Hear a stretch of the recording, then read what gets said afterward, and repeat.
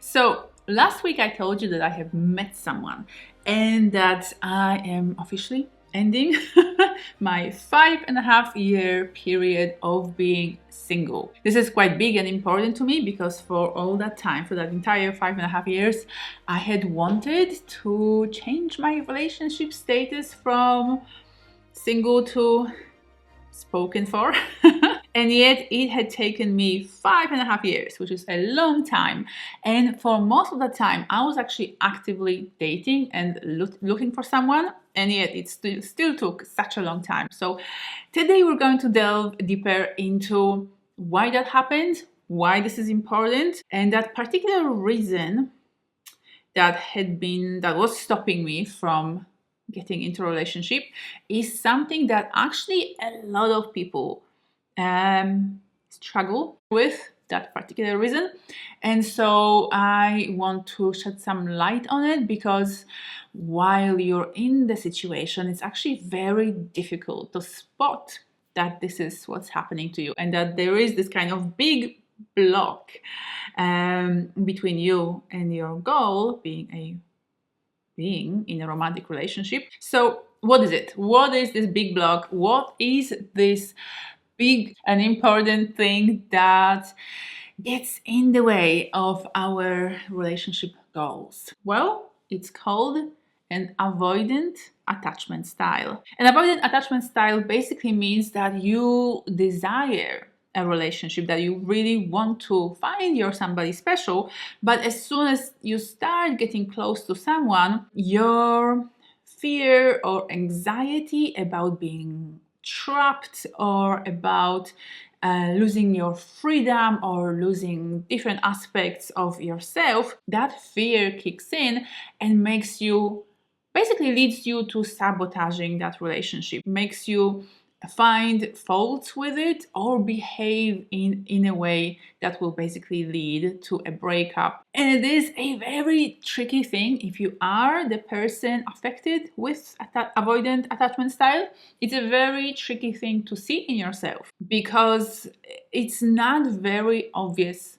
It's not a very obvious thing to spot. Every time you meet somebody, the desire for a relationship, or even before you meet somebody, the desire is so strong, like the clarity is there. I want to be in a relationship. And yet for different reasons, you always find a way to sabotage it. You always find faults in the other person that seem absolutely valid and legit. In me personally, the avoidant attachment style was manifesting as this almost unattainable person, or my dream lover that I was looking for, that nobody I met would meet that standard. So every time I met somebody, regardless how lovely and amazing and wonderful the person was, I would always compare them to that standard that I was looking for, to that dream man that I was keeping in my mind, in my head. And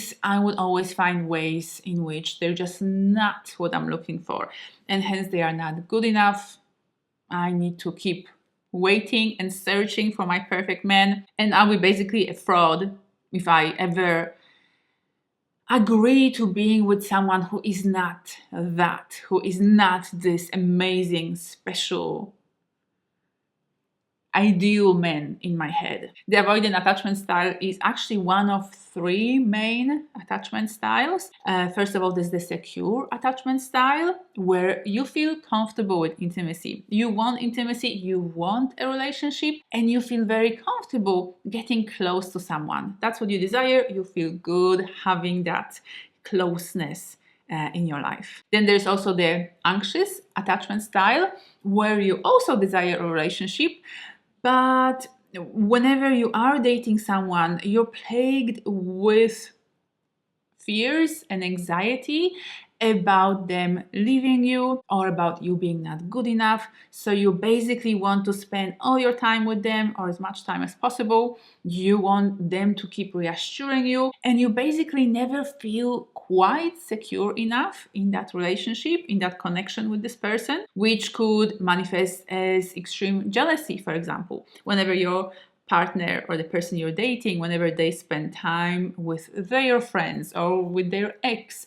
or with another human being that you maybe perceive as a threat, etc., that could manifest as you feeling extremely fearful and insecure about that. A person with a secure attachment style would see it for what it is. My partner is spending time with their friends or catching up with their ex. I trust them that there will be no inappropriate behavior happening there, so I can feel safe and secure knowing that my partner has my back and that they would never hurt me. So while it might be tricky dating somebody with an anxious attachment style or being a person who has an anxious attachment style, it is not the end of the world.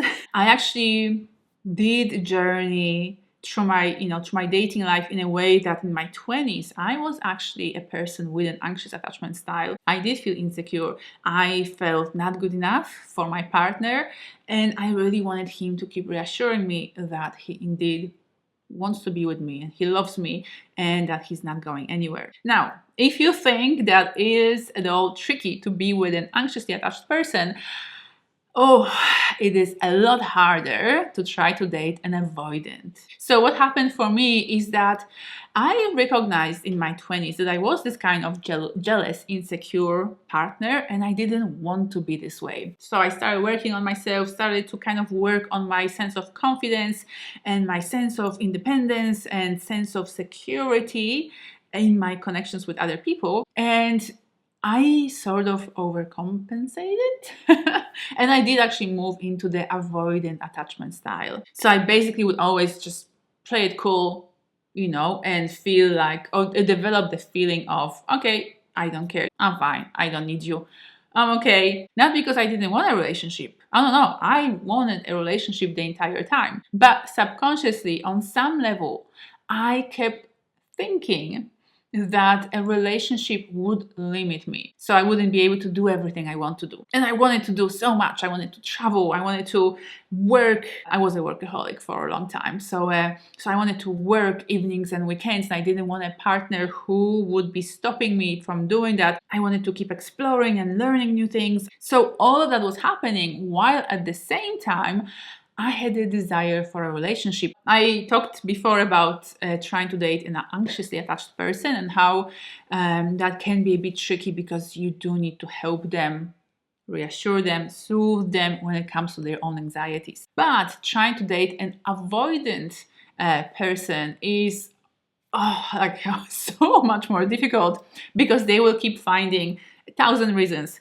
why things are not gonna work between us, between the two of you, or why there is something wrong or something is not aligning. So keeping that person requires a whole lot of work around giving them the kind of both connection and space that they need, because that's what you will find with an avoidant person. They will come close, they will crave a connection, but then that will scare them, and then they will run away. They will find an excuse. They will find reasons why they need to get away. But once they get away, they will miss you again. So then they will try to get back to you and recreate the relationship, etc. And because I managed to center myself and get into that sweet spot of being a securely attached person, I had a very interesting experience during the last year